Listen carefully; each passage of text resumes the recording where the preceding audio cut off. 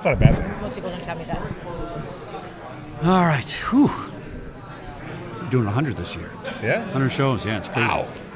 All right, 1, 2, 3. Welcome to SecurityGuideTV.com at Black Hat 2017.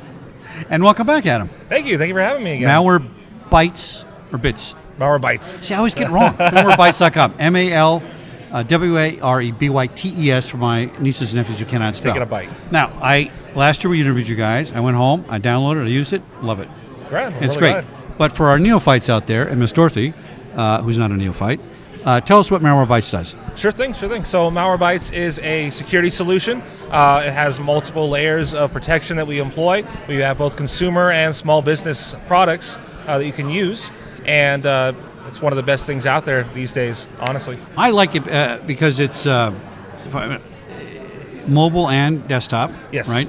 And it seems kind of just an easy peasy use and download for both devices. Right. Kind of sync together, kind of works. Wasn't complicated. That's what I liked about it. Yeah, well, we try to keep it simple, Yeah. as simple as possible. Make it very easy for our users to make sure they can stay protected, do their scans like they need to. But yeah, we have mobile products. We also have a Mac product and PC. So. Now, what's going on in this world? What are you guys finding that your device and your software is hitting on? Is it ransomware? Is it identity theft? What's the big problem? Obviously, ransomware. It's still ransomware. Ransomware is a huge problem. It has continued to be a huge problem.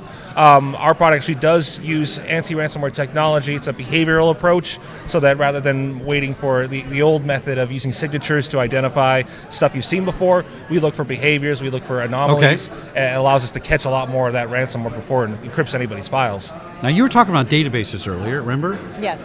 So he's saying he's not using a database per se, he's Yes. using behavior. So ask him something about that, because my brain doesn't All understand right, so it. absolutely. So as you go and you pull up all of these threats and malware, you obviously have very rich data with IP addresses, and you can figure out trends and proxy servers that the bad guys and girls are using.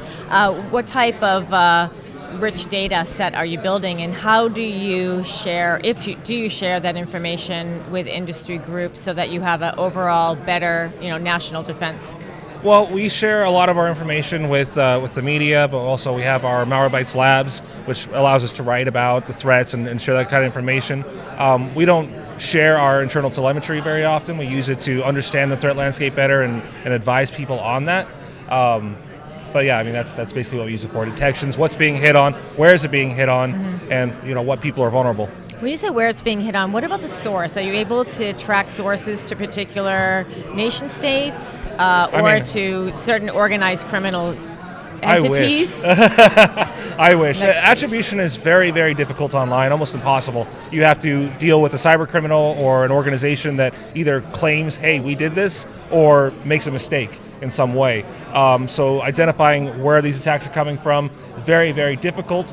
So we focus more so on the defense aspect. They're coming from all directions, all over the place. What about internal versus external fraud? So the Association of Certified Fraud Examiners has issued research, and they speak about this in the various chapters around the country and globe. I've heard stats such as 68% of fraud is internal. What are you seeing in your world, and what are your clients experiencing? Internal fraud is certainly a big deal. There's lots of breaches these days. There's lots of attention for people to do breaches. So I think that may encourage some people who may be on the line anyway of doing something like that to their own company. But I mean, the biggest threat to any organization is its users, it's its employees, as well as the best safeguard for protection. So in that sense, we really want to worry about making sure users are protected, and making sure that organizations are protected both from internal and external threats. The internal side is a lot harder to secure,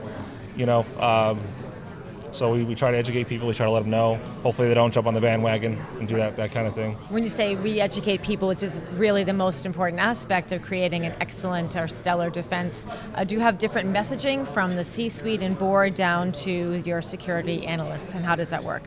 Our general messaging involves things like, sorry, give me a second. involves things like telling people about the threats that's going on, things like that, making sure that they're secure and well informed as well. We try to push user education as much as possible. We spend a lot of time with on our like I said, our blog, writing reports, pushing information, doing stuff like this, and telling people about the threats that are out there, because we believe that technology is certainly a big aspect of staying protected and dealing with the future of cybercrime, but user education, knowing how to defend yourself and how to recognize attacks is just as important, because this is only going to get worse. So, not a quote on the price per se, but who can afford this? Anybody. Anybody. See, that's Yeah. good. I'm not getting anybody's an answer from most of these people. Right? So this is an everybody program. Yeah, right. we have yearly licenses Yeah. that renew. They're about $40. Yeah, very reasonable. Yeah, and that comes with our anti-malware protection, so we're able to identify and stop malware that's on the system already, anti-ransomware that can identify ransomware before it actually does any damage to the system, anti-exploit technology, which allows us to stop things like drive-by exploits and malicious emails, and web protection to stop users from visiting malicious sites. You drive my daughter crazy because I made her put it on her phone, and Yeah. my son, and it's always going beep, beep, it's always going off.